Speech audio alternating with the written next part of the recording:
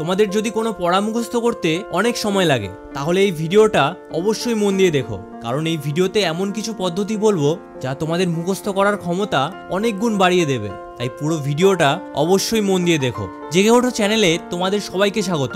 Number 1, তোমরা যদি তাড়াতাড়ি পড়া মুখস্থ করতে চাও তাহলে ভোরবেলা উঠে পড়তে বসো, কারণ ভোরবেলা আমাদের মাইন্ড একদম ফ্রেশ থাকে, ফলে যে কোনো পড়া খুব কম সময়ের মধ্যেই মুখস্থ করতে পারবে। তাই যেই পড়াগুলো সব থেকে কঠিন সেগুলো ভোরবেলা উঠে পড়তে বসো, কারণ কঠিন পড়াটাই যদি দিনের শুরুতে কমপ্লিট করতে পারো তাহলে দিনের বাকি সময়টা নিশ্চিন্তে পড়াশোনা করতে পারবে। এবার নেক্সট পয়েন্টটা খুবই ইম্পর্টেন্ট, তাই অবশ্যই মন দিয়ে দেখো।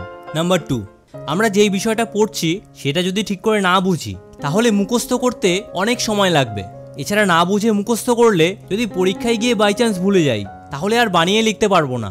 তাই যেই বিষয়টা তোমরা মুখস্থ করতে চাইছো সেটা খুব ভালো করে আগে বোঝার চেষ্টা করো, তাহলেই দেখবে মনে রাখতে অনেক সুবিধা হবে।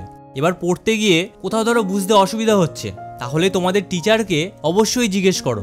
এছাড়া কোনো বিষয় যদি খুব তাড়াতাড়ি মুখস্থ করতে চাও তাহলে কি করতে হবে তা এখন আমরা জানবো।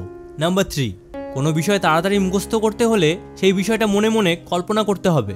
আমরা গল্পের বই যেইভাবে পড়ি আমাদের পড়ার বই ঠিক সেইভাবেই পড়তে হবে, অর্থাৎ যেই সাবজেক্টটা পড়ছো সেটা মনে মনে কল্পনা করতে থাকো, তাহলে দেখবে মুখস্থ করতে কোনো অসুবিধাই হবে না।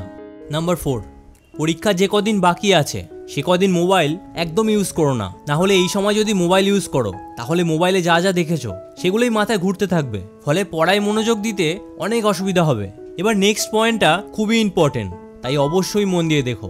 নাম্বার 5, তোমরা টেনশন মুক্ত হয়ে পড়াশোনা করো, না হলে তোমাদের মাথায় যদি হাজারো চিন্তা ঘোরে তাহলে কোনোভাবেই পড়ায় মনোযোগ দিতে পারবে না। তোমরা যদি এই টেনশন দূর করতে চাও তাহলে একটা জায়গায় লেখো যে কী কারণে তোমাদের টেনশন হচ্ছে।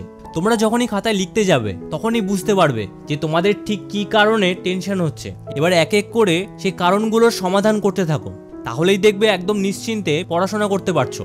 এবার একদম লাস্ট পয়েন্টটা দেখবো, এই পয়েন্টটা সব থেকে ইম্পর্টেন্ট, তাই ভুলেও মিস করো না।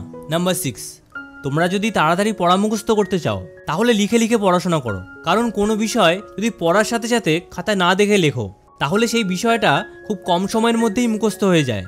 তাই প্রত্যেকটা সাবজেক্টের ক্ষেত্রে কয়েক লাইন পড়ে নিয়ে সেটা খাতায় না দেখে লেখো, তাহলে তোমাদের কনফিডেন্স দেখবে অনেক বেড়ে যাবে, ফলে তখন যে কোনো পড়া খুব সহজেই মুখস্থ করতে পারবে। এবার তোমাদের জন্য একটা বোনাস টিপস রইল, তোমরা সবসময় নোটস থেকে পড়াশোনা করো, তাহলে পড়া মুখস্থ করতে অনেক সুবিধা হবে, কারণ এই নোটস আমরা নিজের ভাষায় তৈরি করি, ফলে বইয়ের কঠিন ভাষা আমাদের মনে রাখতে হয় না। এছাড়া এই নোটসে ইম্পর্টেন্ট কথাগুলো খুব সুন্দর করে গুছিয়ে লেখা হয়, ফলে সেই অনুযায়ী লিখতে পারলে পরীক্ষায় অনেক বেশি নম্বর পাওয়া যায়।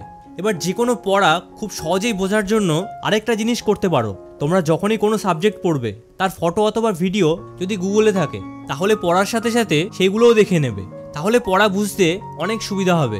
এছাড়া ইউটিউবে অনেক টিচার রয়েছে যারা তোমাদের সাবজেক্টটাই খুব সহজ ভাষায় বুঝিয়ে দেবেন, তাই সেই ধরনের ভিডিও দেখলেও তোমাদের অনেক সুবিধা হবে। দেখো, তোমরা একটা কথা সবসময় মনে রাখবে, তোমরা যদি মন থেকে কোনো কিছু চেষ্টা করো তাহলে তোমাদের সফল হওয়া থেকে কেউ আটকাতে পারবে না।